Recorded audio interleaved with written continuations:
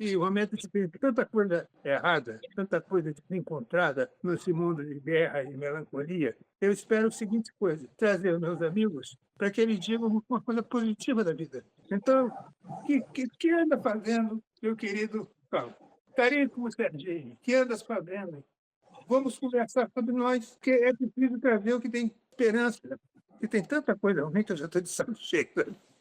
Eu estou fazendo uma porção de coisas ao mesmo tempo, por causa dos cursos que eu dou aqui na universidade, né? Eu estou sempre lendo e relendo coisas. Eu não costumo repetir muito a matéria dos cursos, então eu preciso estar freneticamente lendo, inclusive coisas que eu nunca li, né? Por exemplo, uma peça de teatro de uma autora secreta da década de 30, Maria Jacinta.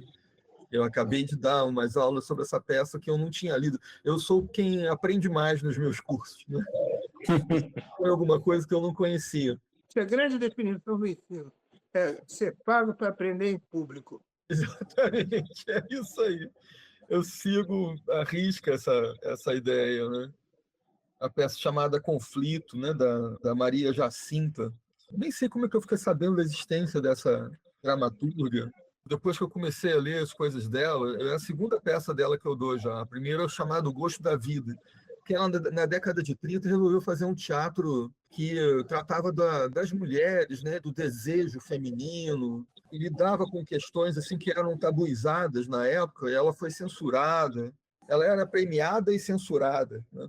Os católicos iam lá e ela ganhava prêmio da Academia de Letras, aí a peça estreava, depois ela era censurada. Tem parecido com o que a gente tem agora, só que quem tem a força para atrapalhar a liberdade não são os católicos, mas são certos segmentos evangélicos, né, mais fanatizados. Então, por exemplo, isso foi a última coisa que eu li de novo, né, para mim, que eu não tinha lido, Conflito. É uma peça interessante, trata de uma situação familiar.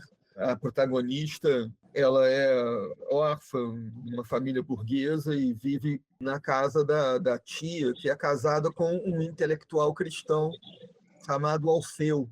E é claro que é uma alusão assim, até ao grande crítico e pensador Alceu Amoroso Lima. É uma coisa interessante, dá uma boa discussão lá com os alunos, né? Mas o que eu estou lendo por fora, assim, que não tem a ver com o curso, mas eu estou relendo Cavafis, com muita paixão, poeta que eu amo, né? Cadê que está lendo a tradução do Zé Paulo?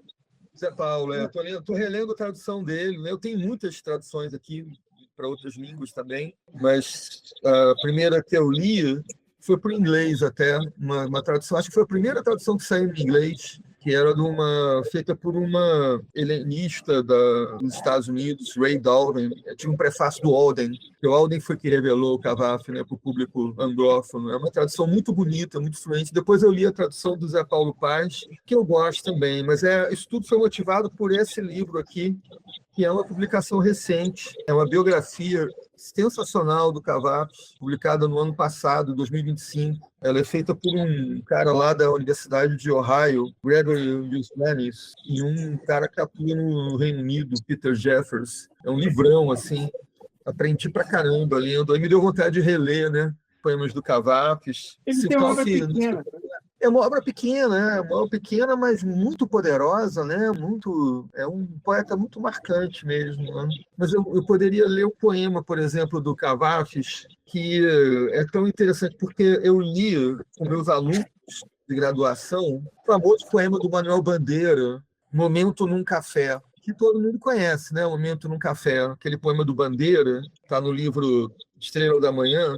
Quando o enterro passou, os homens que se achavam no café tiraram o chapéu maquinalmente, saudavam o morto distraídos, estavam todos voltados para a vida, absortos na vida, confiantes na vida. No entanto, se descobriu num gesto largo e demorado, olhando o esquife longamente. Este sabia que a vida é uma agitação feroz e sem finalidade, que a vida é traição, e saudava a matéria que passava liberta para sempre da alma extinta. É um tremendo poema do Bandeira, um tema realmente muito matador. E aí, eu, relendo Cavafis, encontrei um poema chamado A Entrada do Café, que, digamos assim, tem o mesmo ambiente de uma época, né, de cafés e homens com chapéus e conversando, né, nesse mundo público, né, do café. E o Cavafis diz assim, é a tradução de Zé Paulo Paz, tá? A entrada do café. Minha atenção por algo que ali perto se disse voltou-se para a entrada do café e vi o belo corpo que, ao fazer, parecia amor ter usado a perícia suprema, com alegria plasmando-lhe os membros tão simétricos, elevando-lhe o talhe escultural, com emoção lhe afeiçoando o rosto, e ao só toque de suas mãos nele deixando uma irradiação na fronte, nos olhos e nos lábios. Eu achei muito interessante juntar esses dois poemas e pensar nisso, na circulação do poeta moderno pela cidade, em meio aos corpos vivos e mortos, né? Considerando que no poema do Bandeira está passando um caixão, né? É um cortejo fúnebre que hoje é uma coisa que nas cidades a gente nunca vê, não se vê mais isso, né? Mas que na década de 30 era uma coisa que mesmo no Rio de Janeiro você via isso, né? Podia passar um cortejo fúnebre quando você está tentando tomar seu café sossegado, sem pensar na morte, né? Porque, na verdade, a gente exilou um fenômeno tão comum da vida que é a morte. A gente exilou a morte da vida. A morte ocorre em lugares silenciosos, lugares controlados e estranhíssimos. Não sei por quê. Há também o medo do morto. Eu não tenho medo do morto, eu tenho medo dos vivos. Pois é, exatamente, exatamente. E nem Se eu tem medo de tivesse- morrer, tem medo de não morrer. também tem esse. Não morrer é um saco. Você sabe que um grande amigo meu, o pai dele era um médico. Ele, antes de morrer, o cara virou para ele e disse assim: O que você tem? Em inglês. Ele falou: Olha, o que eu tenho é para eu saber e você descobrir. Aí virou para o cara e disse assim: Pô, esses caras não me matam. Eu quero ir embora. Está na hora de ir. Minha avó teve o mesmo insight. Eu encontrei minha avó, perguntei a ela: Vovó, muitos anos de vida. Ela falou: Não me deseje isso. Por quê? Mas como, vovó? Ela falou: Não, não me deseje, não, porque isso eu não faço nada, eu não sou ninguém. Não me venha com maldições para cima de mim, viver a vida inteira. Não é? Mas você está escrevendo daí alguma coisa que leve ao trabalho, à tradução, à versão, à inclusão de. Talvez, não sei, por enquanto não, Neiva, por enquanto não, mas eu acho que isso entra na gente, né? Isso que você falou, né, dessa espécie de tabuização da morte hoje, né? Me ocorre pensar que isso se dá em paralelo com o apagamento do passado também, né? É um presentismo dos vivos, né? Não tem história, nem tem antepassados, não tem mortos lá, tá? Não tem os mortos de sobrecasaca, né? Como se conseguissem, com isso, tirar a culpa? Pois é, pois Parece é. que é uma extração de tudo, É, inclusive do passado, do pensamento. é. Porque, na Esses dois verdade, poemas são interessantes porque eles, quer dizer, são mais ou menos contemporâneos, né? O Cavafis era um pouco mais velho do que o Manuel Bandeira, mas são poetas contemporâneos, né? Da passagem do 19 para o 20, por aí. fórmula ali, né? E um poema trata desse contato com a morte e o outro com o contato com a vida, né? Uma coisa erotizada, né? O café é o ambiente em que você pode, de repente, ser assaltado pela consideração da morte, mas você pode ser assaltado também pela vida, né? Porque aparece alguém ali que desperta o seu desejo, né? Ou pelo menos a sua admiração carnal, sensual, né? E no nosso tempo, tudo isso está, quer dizer, os cafés não existem mais, quer dizer, na centralidade da vida, né? São aplicativos, né? Os jovens usam aplicativos para encontrar namorados, né?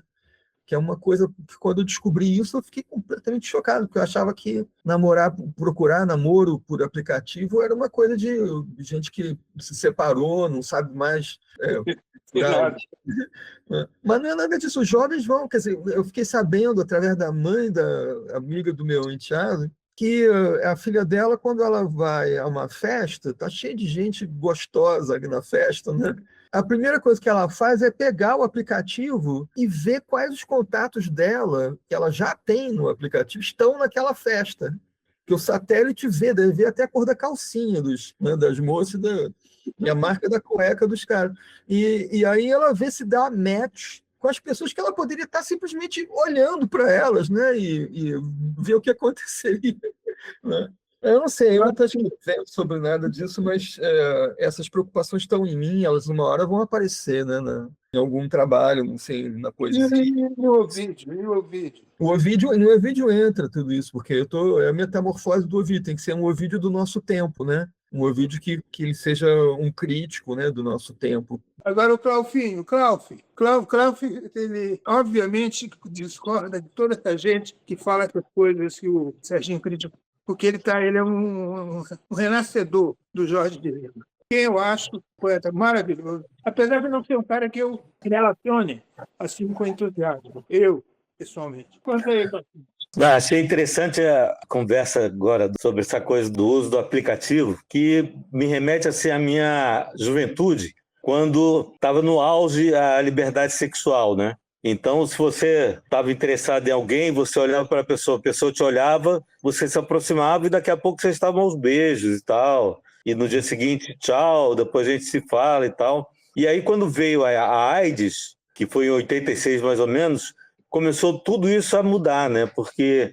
as pessoas precisavam já de referências, né? Antes de se relacionar com alguém, precisava ter quase que uma carta de referência de alguém que já conhecesse essa pessoa para poder se abrir para o relacionamento. Então, assim, você ia nos cafés ou nos bares e aquilo que eram, às vezes, troca de olhares passou a ser uma coisa meio proibida, né? A coisa da paquera. Isso só veio piorando desde então, né? E hoje, assim, com os aplicativos é isso. Você está na mesa com a pessoa, mas você está no celular vendo a pessoa pelo aplicativo. Você não está...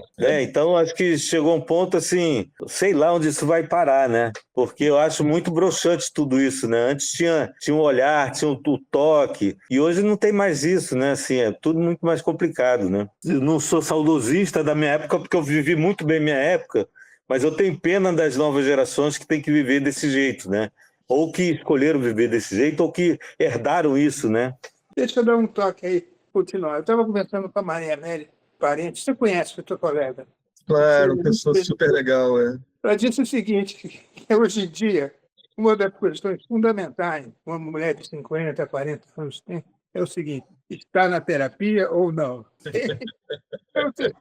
E certificado escrito, está na terapia em dia. Mas eu acho tudo isso muito ruim porque, de uma certa maneira, criou-se um abismo ainda maior entre homens e mulheres, né? Assim, relacionamentos humanos. Ficou tudo muito mais complicado, né? Outro dia, uma pessoa que eu conheci estava falando, eu tenho pena dos homens hoje, porque hoje, se um homem se interessa por uma mulher, ele tem que procurar o meio certo para poder abordar essa mulher, porque senão ele vai ser taxado, né, de abusivo, de um monte de coisa. Assim, você não pode mais errar nessas coisas, né? Você não pode mais se encantar com alguém e falar para a pessoa, pô, estou encantado com sua beleza, porque isso pode ser mal interpretado, né? Aí estava lembrando outro dia também, quando era mais jovem, assim, as crianças e os animais sempre gostaram muito de mim, eu sempre gostei muito deles, né? Então, quando eu entrava no elevador, tinha criança, eu sempre brincava com a criança, estava com o pai, com a mãe, eu sempre brincava.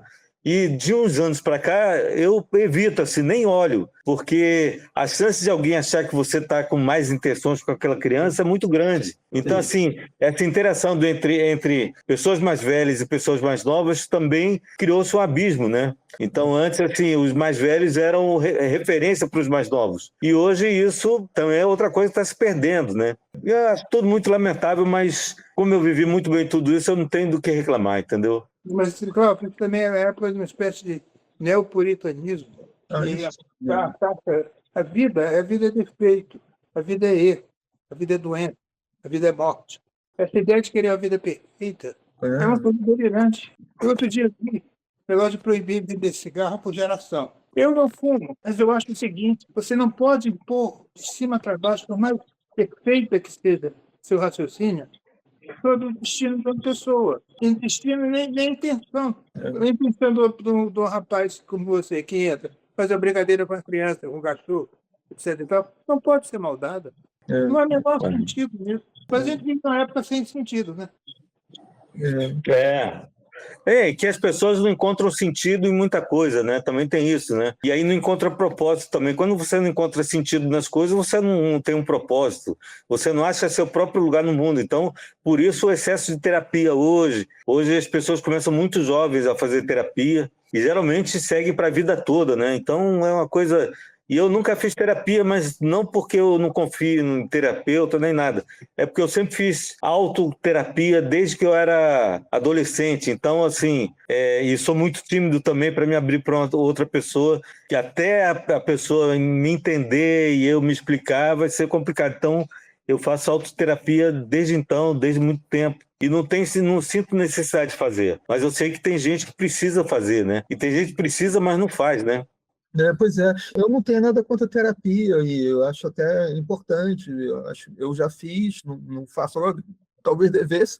O que me preocupa mais não é tanto fazer terapia sistematicamente. Eu acho que isso, em alguns casos, é muito importante. Bom, é a medicalização da vida emocional, né? E, quer dizer, a facilidade com que você recebe uma receita para se drogar com ansiolíticos, antidepressivos, né? Como se isso ficou vulgarizado, né? De umas décadas para cá, de umas 3 décadas para cá. Não, e hoje, Serginho, toda emoção, todo sentimento tem que ter um nome científico de algum distúrbio, alguma doença, né? Algum transtorno. Então, fulano é neurodivergente, fulano tem hiperfoco. O cara que tem foco, ele já diz que tem hiperfoco, né? Quando foco é o hiperfoco já, né? Quando você foca em alguma coisa, você está com foco total naquilo, então já é um hiperfoco. Mas as pessoas precisam dessas categorizações hoje para poder mapear os distúrbios emocionais que todo mundo tem vivido, né? Emocionais e mentais também, né? Enfim. Uma coisa que vai chocar vocês dois. Que vocês dois são duas pessoas normais. Não parece, não. Vocês são duas pessoas normais. Não ofende, hein? Eu, normal? Normal é você. Normal é você, pô. Normal é você, sai pra lá. Mas voltando aqui às leituras, deixa eu falar aqui, ó, um livro que eu estou lendo. Eu tenho lido pouco, né? Porque eu estou muito envolvido com a obra de Jorge Lima e o Calunga específico, e muito trabalho, não só intelectual, mas de produção também, que dá muito trabalho, né?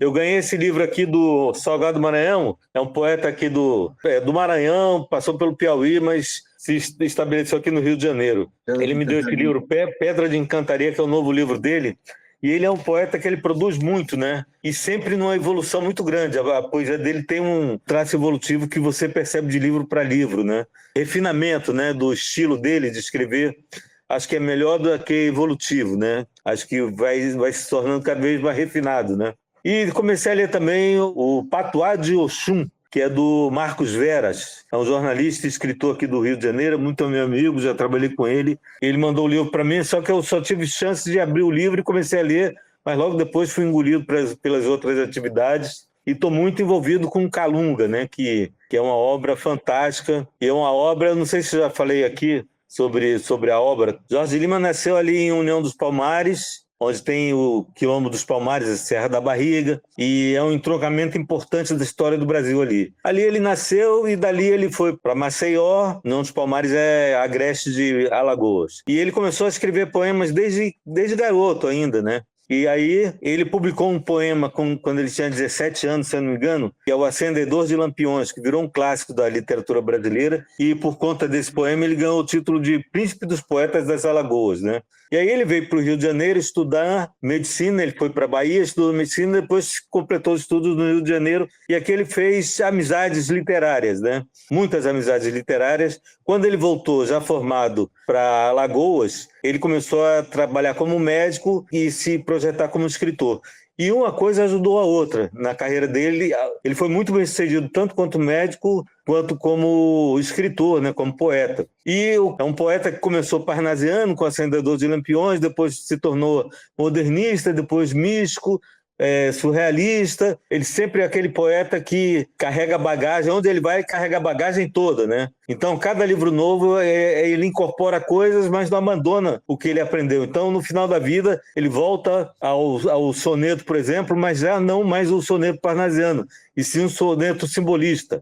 E aí ele faz ele faz o livro dos sonetos e tal, mas ele tem livros que eu adoro. A obra dele modernista é uma das coisas fabulosas do Brasil, assim, muito popular, muito, muito acessível para qualquer pessoa, embora seja muito profunda. E a obra mística dele também é uma coisa maravilhosa, né?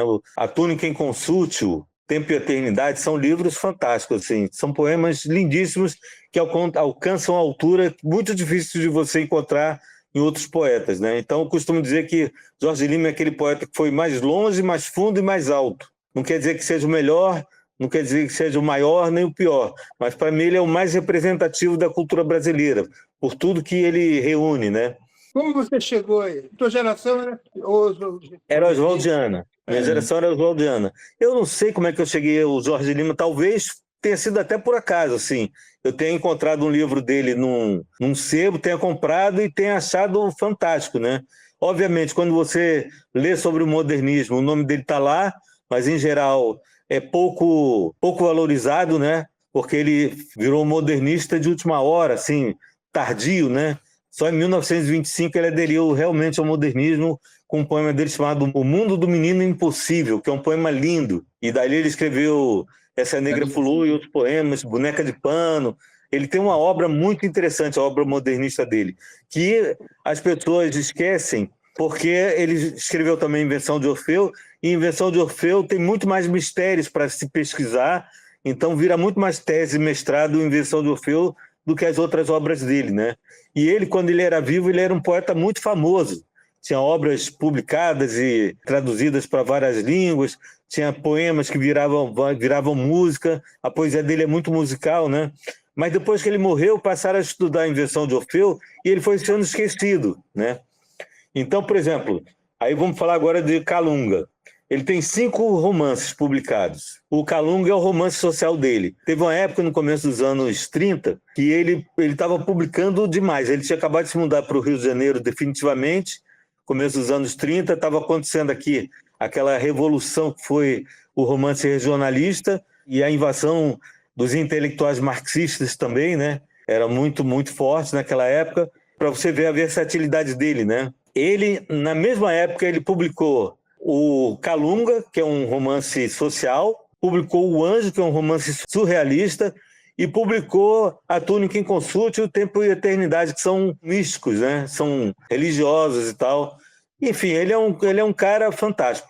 E esse livro dele, o Calunga, é o livro em que ele se coloca mais como médico e como político também. Ele chegou a ser político, foi deputado estadual em Alagoas em 1919 e nos anos 40 foi vereador aqui no Rio de Janeiro, chegou a ser até presidente da Câmara dos Vereadores, né? Mas isso muito em função do trabalho dele como médico, porque ele tinha o hábito dele atender a clientela dele normal, né? Pagante, de 8 horas da manhã em diante, mas ele chegava 2 horas antes, às 6 da manhã, para atender quem não podia pagar.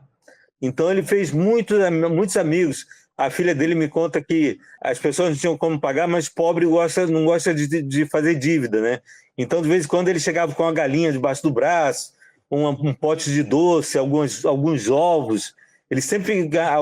As pessoas davam coisas para ele e levava para casa. Ele falava, pô, uma ofensa a uma pessoa que te dá uma dúzia de ovos é você não aceitar, né? Porque aquilo vai fazer falta na mesa dele.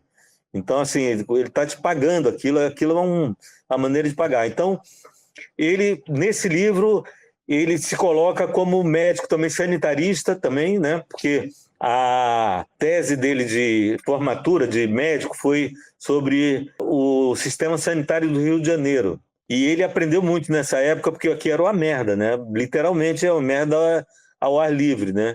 E ele, quando volta... Aí, Calunga é a história de um personagem que sai muito jovem daquela região dos manguezais de Alagoas, que, por sinal, é uma região muito pouco explorada pela literatura e pelo cinema também, né? O Nordeste, geralmente, que a gente conhece aqui, é o Nordeste da seca, o Nordeste das praias, mas não dos alagados, dos manguezais. E, ao mesmo tempo, ele é esse personagem que sai de lá fugindo da miséria, o Lula Bernardo, vem para o Rio de Janeiro, faz a vida aqui e depois volta para lá a fim de ver se encontra algum parente, né, algum ainda vivo, e também com o intuito de curar a terra. Ele tem algum dinheiro, ele chega lá querendo mudar as medidas sanitárias lá para poder as pessoas não morrerem como morriam antigamente, que nem inseto, né? Assim, as pessoas pegavam todo tipo de doença, porque não tinha sanitarismo nenhum, né? Não tinha nenhum cuidado sanitário. E aí ele chega lá, ele se depara com um criador de porcos, um produtor de sujeira por excelência, né? E ele começa uma guerra contra esse cara. Então, na verdade, ele começa uma criação de carneiros, porque diz que é mais limpo, né? O opositor dele, que é o Coronel Totô, que cria porcos, fala: não, porque aqui não dá carneiro é animal fidalgo, né? E daqui só dá porco para baixo, porco e cambembe. Quem são os cambembes? São os descendentes dos caetés, que são os trabalhadores daquela região, que são os catadores de mariscos, etc., né? Que foram sendo marginalizados ali. Aí começa essa guerra entre o novo e o velho, né? O antigo e o novo, e o bem contra o mal, né? Essa coisa toda. Isso tudo acontece no manguezal, né? E entre dois reinos miseráveis, né? Porque ali só tem miséria, né? E a grande luta dele é pela terra e também contra a terra, né? Porque no final ele não sabe se ele está vencendo a terra ou se a terra está vencendo ele, né? Porque ele pega todas as doenças também, enfim. Aí degringola geral lá, mas é uma história linda, assim, uma história que tem muita emoção, muita aventura e muita entrega também, né? Assim, e aí no meio da história aparece um santo milagreiro e aí desestrutura um pouco da organização social que tem no lugar, é completamente desestruturado pela chegada do santo milagreiro. Todo mundo vai atrás dele, atrás de curas milagrosas e abandona o serviço. Aí fica uma merda fodida, né? E aí essa história que eu adaptei, né? Fiz o roteiro e agora estou trabalhando para transformar em filme, longa-metragem. Transação econômica, financiamento. Como é que é isso, Paulo? Isso, cinema é a Fórmula 1 das artes, né? É muito caro. Então, assim, você fazer um filme é como você fazer um empreendimento imobiliário. Imagina que você precisa primeiro ter o terreno, depois precisa fazer as fundações, precisa arrumar o dinheiro para poder construir tudo, depois pintar, fazer pavimentação, criar uma cidadezinha ali, né? E depois ainda vender essas unidades. Você tem que vender isso, né? Depois. Então, é um empreendimento de longo curso, que tem várias fases. Passei da fase inicial, agora estou na segunda fase, que é a captação de recursos, né? Então, fui lá agora em Alagoas, passei 8 dias lá, foi muito bom, foi muito bem lançado lá. O Jorge Lima, realmente, assim, é um poeta que está voltando a ser muito amado lá, que passou um tempo desconhecido e esquecido também, né? Então, a obra dele pode ser que seja adotada lá. A obra dele nunca foi adotada nas escolas, nem de lá de Alagoas. Então, assim, o Graciliano Vidas Secas teve 53 edições. Calunga teve 3 ou 4. Então, aí você vê assim. E aí eu costumo dizer que se o Nelson Pereira dos Santos fez o Vidas Secas do Graciliano, a gente vai fazer o Vidas Úmidas, Vidas Molhadas do Jorge de Lima, que passa tudo no manguezal, né? Você mesmo vai dirigir, Cláudio? Eu vou dirigir. Daí tem parcerias tem 2 produtores associados, que um é o Pedro Bial e o outro é a Renata Magalhães, que é a presidente da Associação da Academia Brasileira de Cinema, viúva do Cacá Diegues, né? E está muito empolgada. Já conversei com o Marcos Palmeira, ele está muito afim de fazer o personagem principal. Quem vai fazer o antagonista é o Chico de Assis, que é um grande ator alagoano, um dos melhores do Brasil, só que ele não tem projeção nacional, e eu espero que o filme dê essa projeção nacional. Ele é um Paulo Otrande lá de Alagoas, sabe? Sim, é um ator fantástico, ele sabe a obra do Jorge Lima praticamente toda de cor. E ele fala assim, é maravilhoso. Que ano é o romance? 1935. Foi publicado em 1935. Porque ele escreveu esse romance ao longo de um período que ele ainda estava em Alagoas, e ele, nessa coisa de médico, ele ia muito, saía de Maceió, onde ele tinha um consultório, e ele ia visitar os doentes nos rincões, né? Os pobres, né? Ele ia nesses manguezais todos cuidar das pessoas. Então, é uma história que ele diz que ele presenciou. Presenciou, é uma história que tocou muito ele, por isso que ele escreveu sem grandes ambições literárias, né? Mas uma ambição mesmo de falar daquele povo que ele estava conhecendo ali. E é interessante essa coisa dos cambembes, né? Que são descendentes dos caetés, é uma população muito marginalizada que ninguém fala sobre eles, né? E ele fala, essa é uma defesa muito veemente dos cambembes, né? E no filme a gente vai também levantar essa bandeira aí dos cambembes. Há uma coisa interessante, vários escritores são médicos. Checo, Guimarães Guimarães Rosa. Pedro Nava. Pedro do Pedro Nava. Nava. Talvez pela concentração de miséria humana que o sujeito observa. Exatamente, exatamente. E às vezes é também por uma inclinação social, digamos assim, né? Ou uma generosidade, um olhar generoso para essas populações, sabe? Sim, percebendo que elas são muito vulneráveis. Então, qualquer médico que vai atender uma criança buchuda, daquele jeito que a gente vê nas fotos no Nordeste, fica com o coração partido, né, de ver um negócio daquele e ver que é uma coisa assim que, às vezes, medidas sanitárias resolveria aquilo, né? Então, é uma coisa muito, muito interessante. E eu fiz questão de fazer um filme de época, porque hoje não tem mais essas doenças que foram erradicadas, maleita e tal. Eu já tive maleita. Quando eu tinha 5 anos de idade, eu tive maleita. Sério? Que coisa. Passa por mordida de mosquito, né? E eu tive... E assim, é uma doença terrível, porque te dá uma febre muito alta, você sente um frio insuportável, e você pode botar toneladas de cobertas em cima, que o frio não passa, né? Então eu era muito pequeno, ainda me botavam no berço e me cobriam com um monte de coisa e eu continuava morrendo de frio, né? E eu levei pelo menos 2 semanas com febre alta e tal, depois passa, né? Mas minha mãe, por exemplo, até a adolescência, ela teve 5 vezes maleita, lá em Pernambuco, né? A última vez que ela teve maleita, ela perdeu quase todos os cabelos, depois nasceu de novo, né? Ela era meio loura, ficou com o cabelo mais escuro. Então é uma doença muito forte e agora não existe mais, né? Mas eu quis botar naquela época, primeiro, em fidelidade, né? Porque a doença tem um valor muito grande na história, inclusive estético, porque quando eles estão naquela exaltação da febre alta, é quando eles cometem coisas que eles não cometeriam de outra maneira, né? Então a febre é um elemento. É uma pena essa história do Jorge Lima, como o país tinha que ter uma reverência a ele. Não tem. Não, eu vou dizer mais uma coisa com relação ao Calunga. O Calunga foi publicado em 1935. O Grande Sertão Veredas foi publicado em 1956, ou seja, 21 anos depois, né? Você vê dezenas de críticos falando sobre a experiência de linguagem oral do Guimarães Rosa, que tem no Grande Sertão. Inclusive, tem teses inteiras sobre nonada, né? Começa com essa palavra, nonada.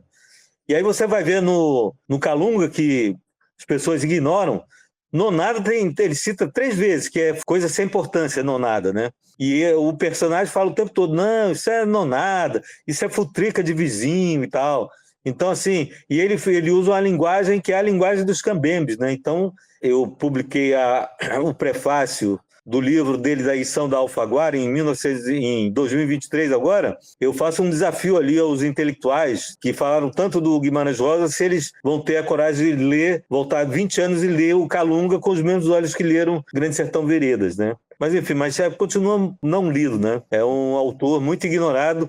E eu mesmo, assim, eu adoro a poesia de Jorge Lima e eu levei muito tempo para me aventurar na prosa dele, porque eu tinha medo de não gostar e me decepcionar, né? Mas aí eu li Guerra Dentro do Beco, que foi o primeiro livro dele que eu li, que foi o último romance que ele escreveu, que é uma história maravilhosa, uma história bem escrita demais, é uma história de ficção muito bem estruturada, né?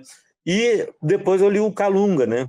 Ele tem mais 3. É um cara fantástico e essa obra, para mim, é assim, a que fala mais de Alagoas também, né? E ele tem também, que você certamente conhece, o trabalho visual dele, né? Aquelas colagens maravilhosas, né? É engraçado que ele, na verdade, consta que foi o primeiro artista plástico brasileiro a trabalhar com colagens. Ele começou a fazer esse trabalho aqui no Brasil porque os surrealistas já faziam e tal. É engraçado que ele não tinha tempo de recortar as coisas, ele pedia para a filha dele, vai recortando aí.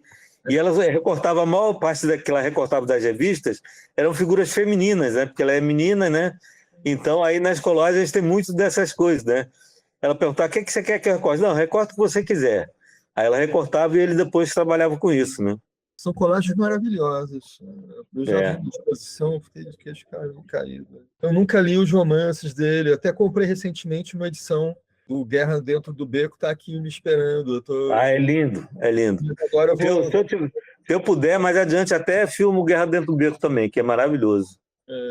E eu até ouso dizer que depois de Jorge Lima, o modernismo teve que passar a usar calça comprida, né? Que antes usava só calça curta, né? Então teve que amadurecer também, né? Interessante, porque hoje em dia, com essa coisa do audiovisual, pode ser uma boa introdução ou apresentação do Jorge para muita gente que nem sabe quem ele é. Eu olhando toda a produção que eu fiz e encontrando pontos em comum. E eu, nesse processo, alguém ficou muito me instigando a escrever um livro de memória. Porque, na verdade, eu vi o estabelecimento do ensino universitário no Brasil. E aí tinha ouvido falar. Primeiro eu ouvi falar, depois o autor, que é meu colega, professor. Ele, na verdade, não é muito meu colega, porque ele era 3 anos mais velho do que eu. Ele estudava na PUC, que é o Márcio Tavares do Amaral. O Márcio Tavares do Amaral tinha escrito uma memória em 1978, janeiro de 78, que é sobre o movimento estudantil na PUC, onde eu era estudante também. Eu tinha ouvido falar que tinha uma referência à minha pessoa, mas eu deixei isso para lá. Aí, eventualmente, eu fiquei procurando. Aí eu fui na Universidade Americana, atrás do livro. O livro é extraordinariamente bem feito. O título eu não gosto muito, porque é muito pedestre, que é, né, o Diego Aicinho. Ele cita um monte de gente que depois ficaram pessoas interessantes no Brasil, e ele reconstituir não só do ponto de vista factual, mas literário também. Eu ainda não achei onde eu apareço, não. Dizendo que eu apareço. Eu era pintor, né? Deixa eu falar de uma coisa que a gente tem que fazer, eu acho, que é um levantamento das obras-primas desconhecidas. Porque há muita obra-prima no Brasil que é desconhecida que a gente não sabe. Esse livro daqui do Mar é uma obra-prima. Como se chama, Neiva, o livro que, quando você falou... O Dia do AI-5, porque o título não é bom. O Dia do AI-5. A capa está com a etiqueta da biblioteca, a gente conseguiu biblioteca, né? Eu consigo estar na Biblioteca Americana. Márcio Tavares do Amaral, o Dia do AI-5. Eu é professor da Da ECA, editora Rocco. é da Rocco, 1996. Pois é, a ideia, o que mais interessa aqui não é tanto porque a avaliação, se a obra é magistral ou não, é tudo muito... Como no caso do Jorge não é discutido, já faz tanto tempo, durante tantos anos, essa coisa aconteceu, que não é uma questão muito a ser debatida. Mas é um conjunto de obras-primas desconhecidas que o Brasil merece conhecer. Sim. É uma ótima ideia. Uma editora podia fazer uma coleção só disso, né? Só disso. Teria... Ia dar maior pé, ia da mídia e ia dar público também, eu acho. Eu também acho, mas o problema do Brasil é que o Brasil não lê. Sim. Mas falando disso, nós vimos, acho que foi no ano passado, as pessoas comentando que durante algum tempo os best-sellers do Brasil foram os desenhos, livros de colorir, exatamente. Então, durante muito tempo, os best-sellers foram aquele. E a partir, eu acho que desse mês, eu tinha um cara que é o Bookster, que ele fala sobre livros, sobre literatura, e ele estava celebrando que, pela primeira vez, o best-seller não era um livro de colorir. O livro de colorir, ele fez muito sucesso lá por 2012, 2013, por aí, como uma onda que veio de fora. Começou um livro a vender muito, aí todas as editoras foram correr atrás daquilo, né? Como sempre acontece. Saturou o mercado e aquilo saiu de moda. E aí vieram outras modas, fantasia, não sei o quê. E aí depois, agora, recentemente, voltou essa onda do livro de colorir.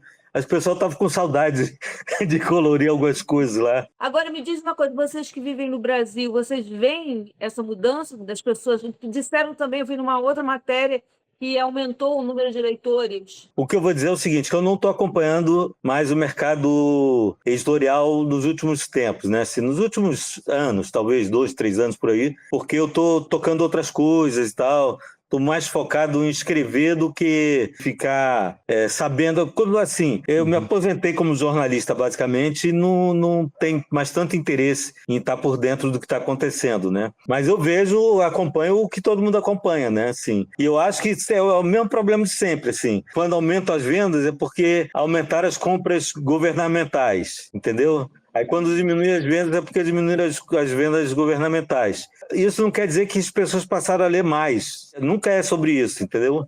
Uma biblioteca em São Paulo, Biblioteca Monteiro Lobato, eles jogaram todos os livros fora. Vocês viram isso? Não soube disso, não. Que horror. Desmancharam a biblioteca, jogaram tudo fora. Aí depois a prefeitura falou que eles não jogaram fora, eles adicionaram na caçamba. É diferente. Que cinismo, né? Enquanto não houver um aparato crítico para tornar a leitura uma coisa mais aguda, menos acadêmica, menos centrada em si mesmo, não vai adiante. Eu acho que tem muita leitura, assim, porque as editoras publicam muito, né? E tem muitas editoras que são editoras comerciais, né? E não vivem de subsídio assim, governamental. É claro, a coisa das compras governamentais é fundamental para o mercado editorial, sem dúvida, mas editoras grandes, tipo Companhia das Letras, Todavia agora, Zahar, são editoras que visam o lucro, né? E publicam muito. Eu não acredito. Eu acho que atualmente tem mais escritor no Brasil do que leitor, né? Não há dúvida. Mas tem leitor também, porque alguém compra esses livros, né? Pois é. São tiragens pequenas, o livro é super... Não, e quem escreve geralmente também não lê. Eu não sou um nacionalista, você bem sabe, mas eu acho o seguinte, o autor brasileiro é um autor de vaidade, uma espécie de pavão literário, porque ele gosta de escrever e ter escrito. Mas ele não lê, por exemplo, a Maria Jacinta, por exemplo, eu, na verdade, não conheço ela.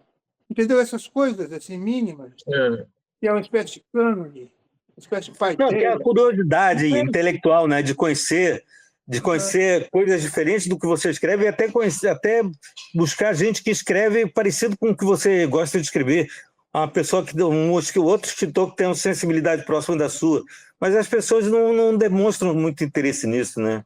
A crise da leitura é a crise do autor também. É o autor que não lê também. Um autor que lê, ele divulga, ele vira um divulgador da literatura e não de si, né? E atualmente as pessoas só divulgam a si próprios. É muito desespero por atenção, né? Muito desespero por atenção, muita vaidade inflamada, porque não tem a atenção que o cara espera, né?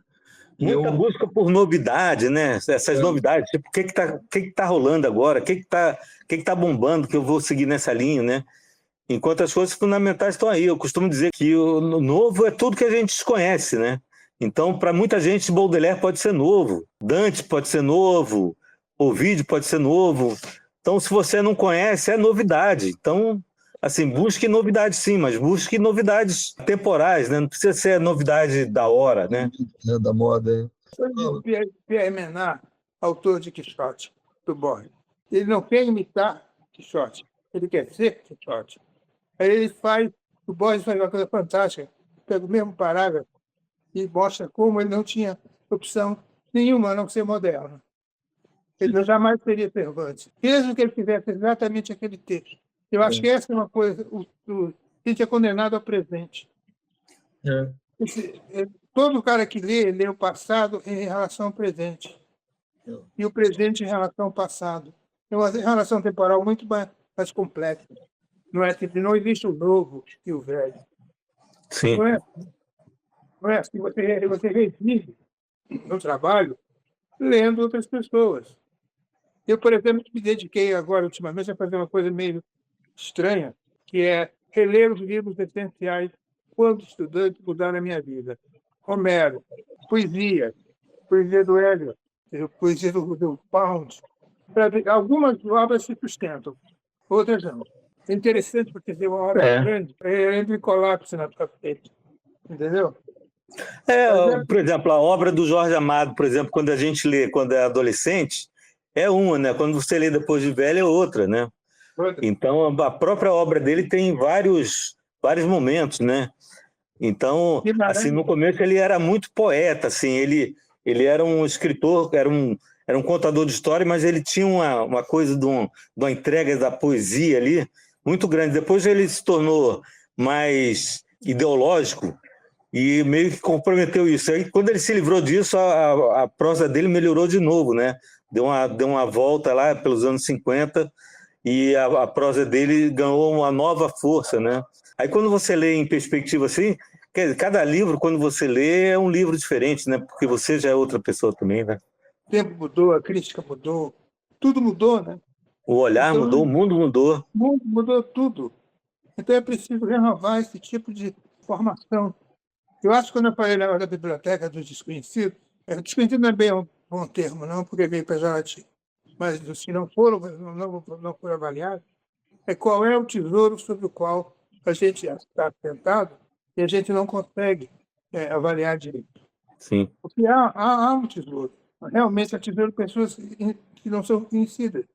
Intelectuais de cidade do interior. Por exemplo, eu reli, e até foi uma das coisas que caíram na minha avaliação, um escritor do Piauí chamado Osdias Rego de Carvalho, que tem o Rio Subterrâneo, que é um negócio da loucura. Interessante, mas não me fez a cabeça. O Tobal, o H. Sim. Tobal, e o Rukoff foi a única pessoa que eu conheço, além da minha família, que falava do Tobal.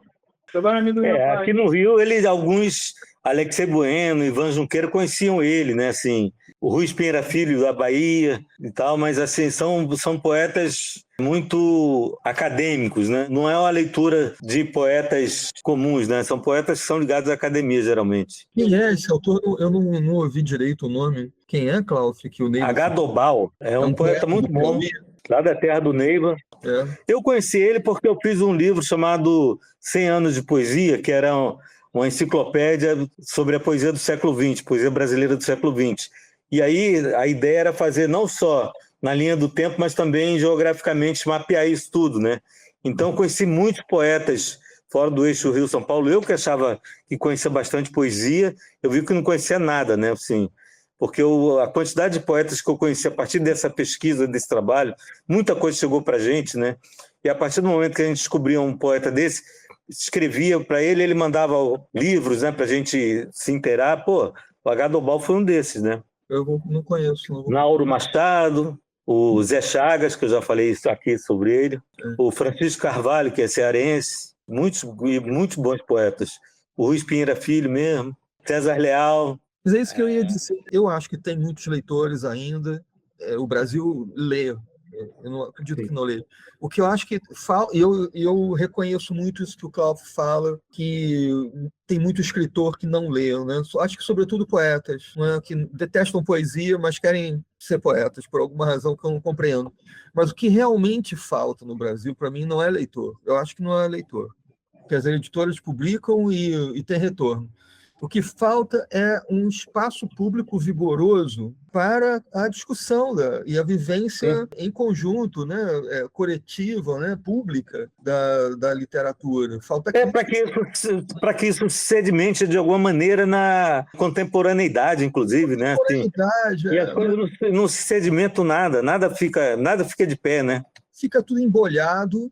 Então, por exemplo, todos esses poetas do Nordeste, e tem grandes poetas, né? O Cláudio acabou de citar vários, quer dizer, eles ficam um pouco presos num circuito local, porque não tem um espaço público que ventile as coisas, né? E são sempre os grupinhos, assim, é muito uma coisa de promoção entre amigos, né? E troca de elogios. E isso, infelizmente, penetra até nos sistemas dos grandes prêmios, né, existentes. Tem alguns prêmios importantes. Mas panelinha aí graça mesmo. São sempre as mesmas figuras, e se você aparece com um nome novo, as resistências são enormes, né? Eu sei disso porque eu já participei de muitas comissões de prêmios, né? Por muitos anos eu fui da comissão do prêmio Portugal Telecom e depois do Oceanos, né? E algumas vezes eu cheguei até a comissão final. Depois me aborreci quando chega, sai, não quero mais participar, porque é uma coisa chata, entende? Você vê na reunião, assim, aquela pessoa que é professora de uma universidade importante lá e fala de determinada escritora. Ela é uma gracinha, vamos dar o prêmio para ela. Né? Ela foi minha aluna, ela é uma gracinha, foda-se. Porra. É horrível isso. É horrível. Você não vai dizer que você foi professora da criatura, que ela é uma gracinha, vai a merda.